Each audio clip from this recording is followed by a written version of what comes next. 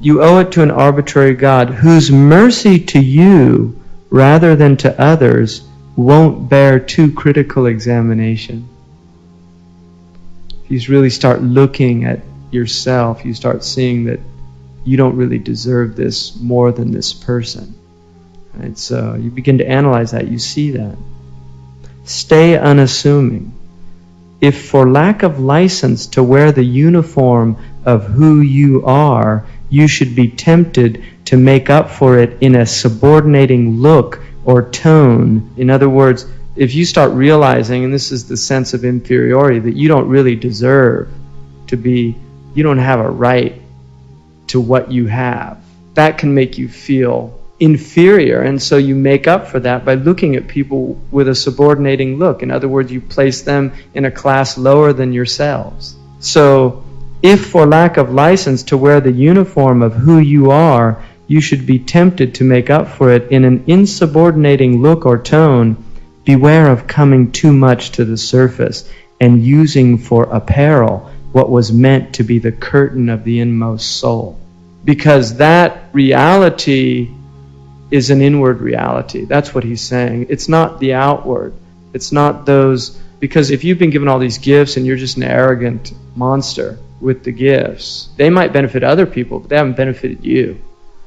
So anything that you've been given, you have to see it as the bounty of God. That is a beautiful expression of what this is about, of recognizing that these differences that we see in the creation are differences that God has placed.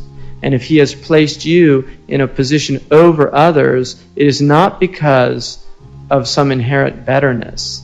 It's because that is the nature of the world that you're in, and then it becomes a responsibility. And that's why the highest quality of the Prophet ﷺ is his servitude to Allah and His creation.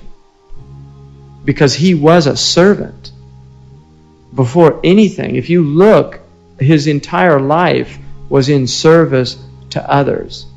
I mean, even before he was given the revelation, he was a trustworthy merchant in the service of another. And in the service of a woman, which for many Arabs would have been seen as humiliating. Whereas the Prophet ﷺ didn't have that same view of the world that a lot of people have. He didn't see things the way other people saw it. That if something's honorable, it's honorable, and it doesn't matter what it might appear to others. Now, one of the things that's brought out, which is really important, is it may happen that you will hate a thing which is good for you. عَسَى أَن تَكْرَهُ شَيْئًا وَهُوَ خَيْرٌ لَكُمْ. And it may happen that you love a thing, وَعَسَى أَن تُحِبُّوا شَيْئًا وَهُوَ شَرٌ لَكُمْ. And maybe you love a thing and it is evil for you. And God knows and you do not know. وَاللَّهُ يَعْلَمُ وَأَنْتُمْ لَا تَعْلَمُونَ. God knows and you do not know. If you're given something that somebody else was given, it might destroy you. So you want something, people want to win the lottery. There's all these people that have won the lottery and it's ruined their lives. Completely destroyed their lives. They ended up losing all their friends, they got divorces, and this is the reality of the world, is you don't know what is good for you and what is not good for you. And that's why you don't ask for specific things in Islam. The sunnah is not to ask for specific things, because you don't know if it's good for you or not. And Tha'laba is a great example of that. The man who came to the Prophet ﷺ, he said, make prayer that God gives me wealth. And he said no. And he kept coming back to him and he said, Ya Rasulullah, please make dua that I get some wealth and I promise I'll use it for good and this and that. And the Prophet wouldn't do it, but he kept, it's called ilhah.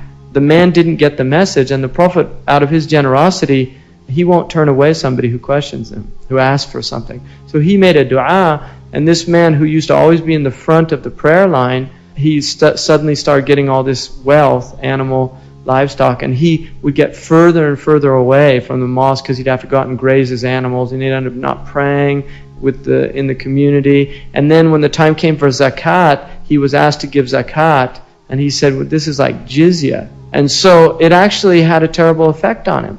And that's what the Prophet ﷺ knew, but he became a lesson for others. I mean, that's why I'm even mentioning him today as a lesson. He became a lesson for the rest of the believers. So you don't know what is good for you. Now, one of the things is that good comes to us through the qadar. One of the things that is measured out is the degree of freedom, that Allah created everything and guided it to its purpose. And because the human being was created by Allah subhanahu wa ta'ala, the human being has a purpose. And he was guided, and she was guided to that purpose, which is servitude.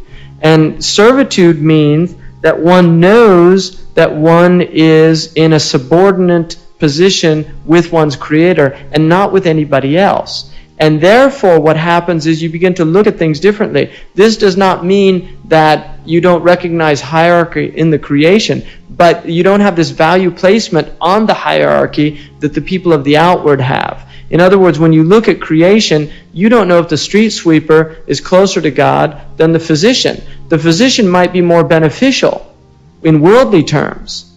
The street sweeper might be closer to God in piety and in awareness of God, and have answered prayers and actually be more beneficial without even knowing.